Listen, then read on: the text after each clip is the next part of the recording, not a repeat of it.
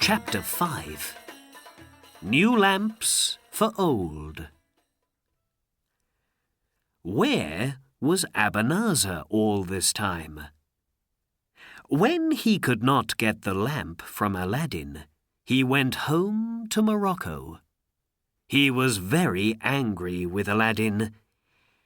"But the boy is dead now," he thought, "and perhaps next year I can go back and get the lamp." One day he got out his 7 black stones. These stones were magic, and when he put them in water, the water could tell him many things. Soon he could see the magic lamp in the water, but it was not under the white stone in the Arabian hills. It was in a palace. "How did this happen?" said Abanazar. "I must go back to Arabia and find this palace." After some months, he arrived again in the city in Arabia. Soon he saw the new palace and asked a man in the street, "Who lives there?" "That's Aladdin's palace," was the answer. "Princess Badur al-Budur's husband, a good man and very rich." Abanazar said nothing and walked away. "That lazy, good-for-nothing boy," he thought angrily. "So he has the magic lamp, and he knows about the genie. How can I get the lamp back?" For the next week, Abanazar watched Aladdin's palace. One day, Aladdin and his friends left the palace to go hunting in the hills. "Good," Abanazar thought. "Now I can get the lamp." After Aladdin left, Princess Badur al-Budur went into the palace gardens. She sat under a tree and looked at the flowers. Then she heard a noise in the street and called her slave girl Fawzia. "What's the matter? Who's making that noise?" she asked. "Fawzia, go and look in the street." When Fawzia came back, she had a smile on her face. "Mistress," she said, "the children in the street are laughing at an old man. He's selling lamps, but not for money. 'New lamps for old,' he cries.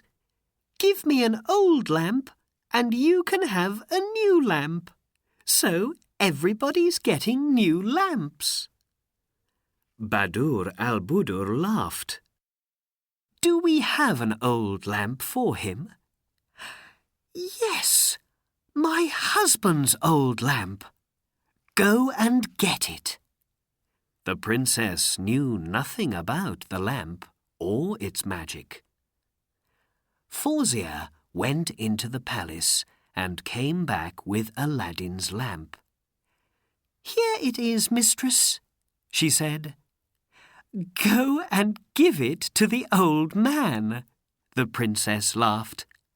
"Aladdin can have a nice new lamp."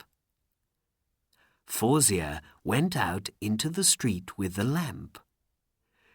"New lamps for old?" the old man called, and the children behind him laughed and called, "New lamps for old!"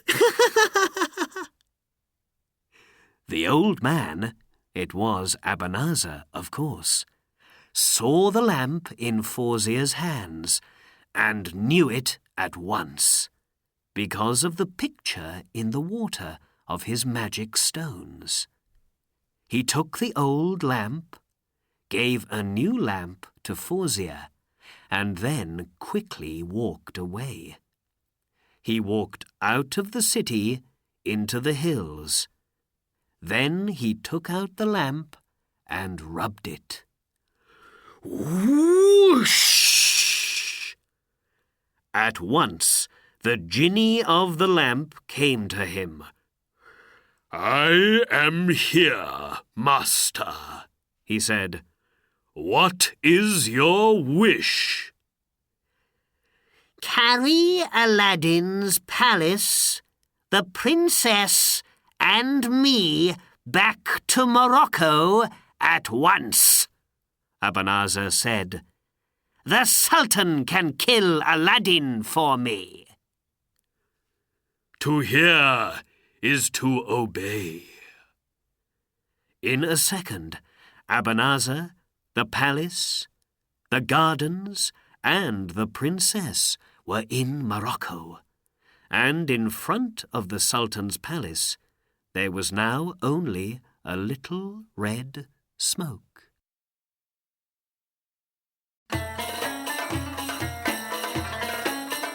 Chapter 6. There and Back Again. In the evening, Aladdin and his friends finished hunting and began to go home. Suddenly, a friend said, "Aladdin, look! The Sultan's men are coming, with swords in their hands. What do they want?" "I don't know," Aladdin answered. When the Sultan's men arrived, they said, "Aladdin, we must take you to the Sultan. He's very angry." "Why?" asked Aladdin, but the men could not tell him. In his palace, the Sultan took Aladdin to a window. "Where is your palace?" he cried angrily. "And where is my daughter? Answer me!"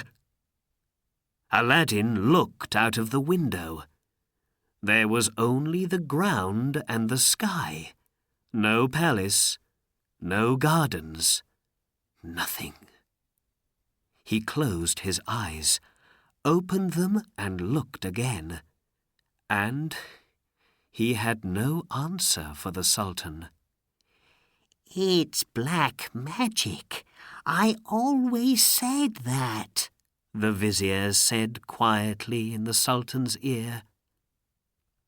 "Your Majesty," Aladdin put his head at the Sultan's feet, "kill me now.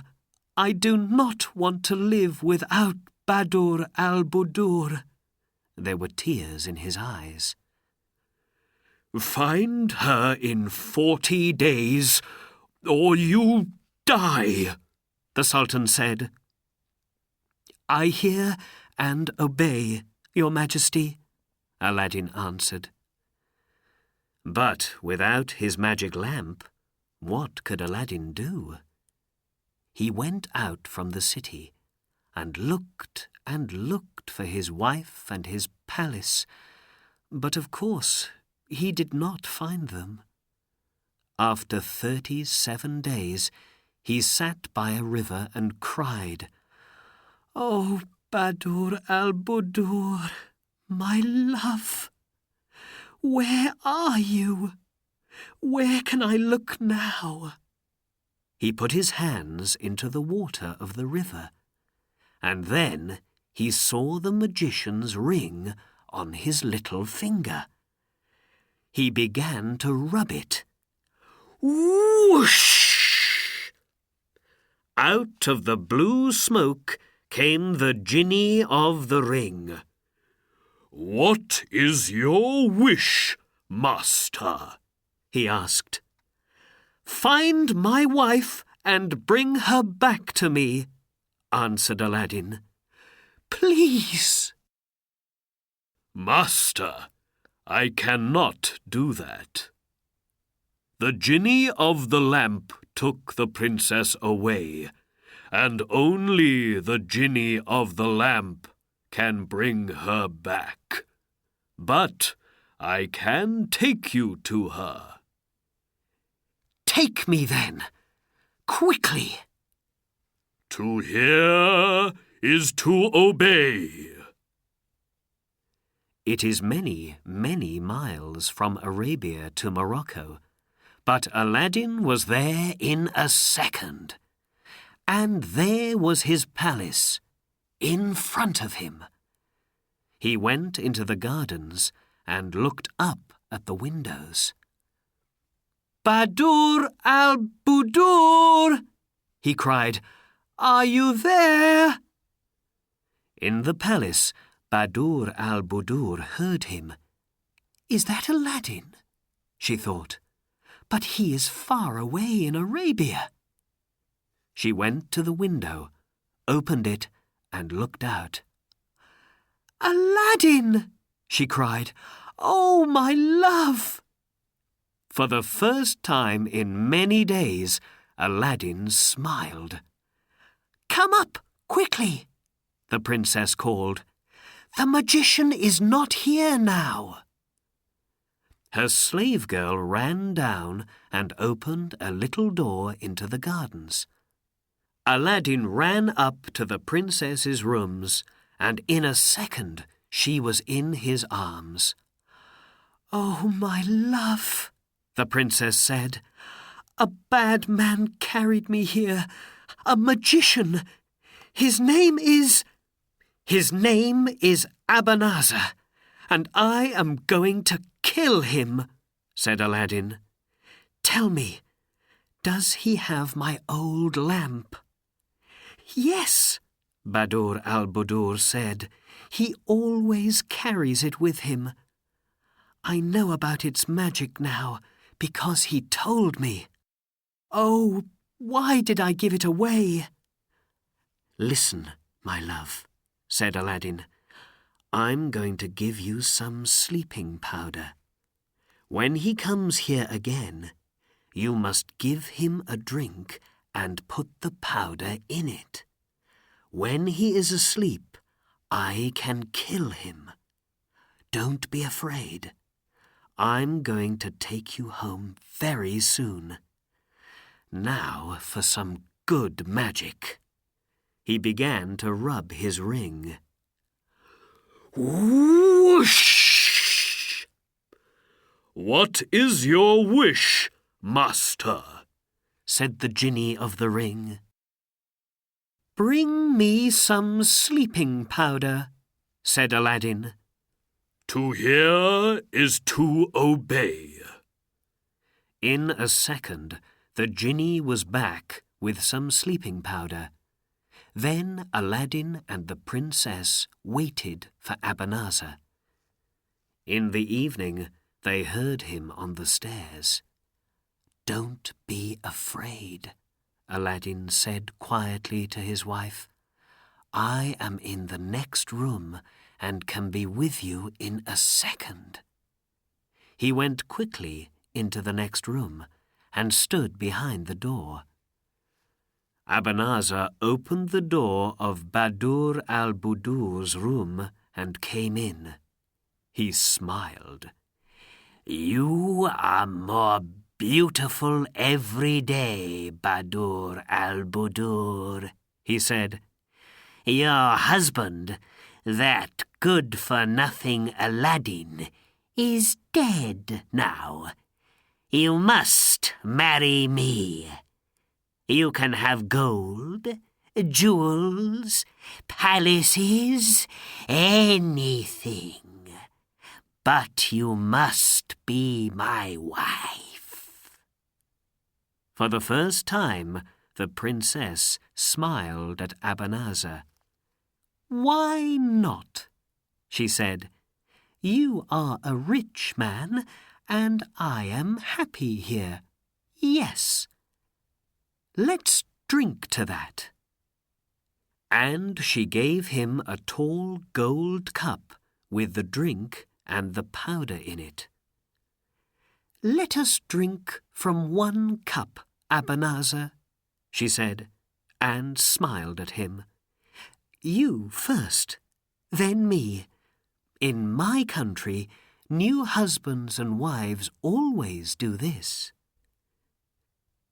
"To Badur al-Budur, the most beautiful woman in Morocco," Abanazar said happily, "and my wife." He looked into Badur al-Budur's eyes and began to drink. Very afraid, the princess watched him. But it was a good sleeping powder, and after 5 seconds, Abanazar's eyes closed, and he was asleep. The princess ran to the door of the next room. "Quick, Aladdin!" she called. Aladdin ran in with his sword and saw the sleeping magician. "Well done, my love," he said. "Now, go into the next room and do not watch." Badur al-Budur ran to the next room and closed the door. Aladdin put his hand in Abanazar's pocket and took out the lamp. He put it carefully into the pocket of his coat and then stood up. The sword did its work quickly, and Abanazar never opened his eyes again. The princess came back into the room and ran to Aladdin. He took her in his arms.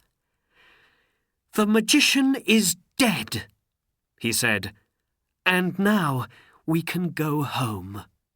He began to rub the lamp. Whoosh! Fire and red smoke came from the lamp. The princess watched, afraid. "I am here, master," said the genie of the lamp. "What is your wish?" "Carry this palace, Badur al-Budur, and me back to our city in Arabia, but leave that dog Abanazar here." "To hear is to obey," said the genie. When the Sultan looked out of his window and saw Aladdin's palace again, he was a happy man. And when he took his daughter in his arms, he was the happiest man in Arabia. From that day, Aladdin and Badur al-Budur lived happily in their palace. They lived for many years and had many children. But Aladdin always carried the magic lamp with him day and night.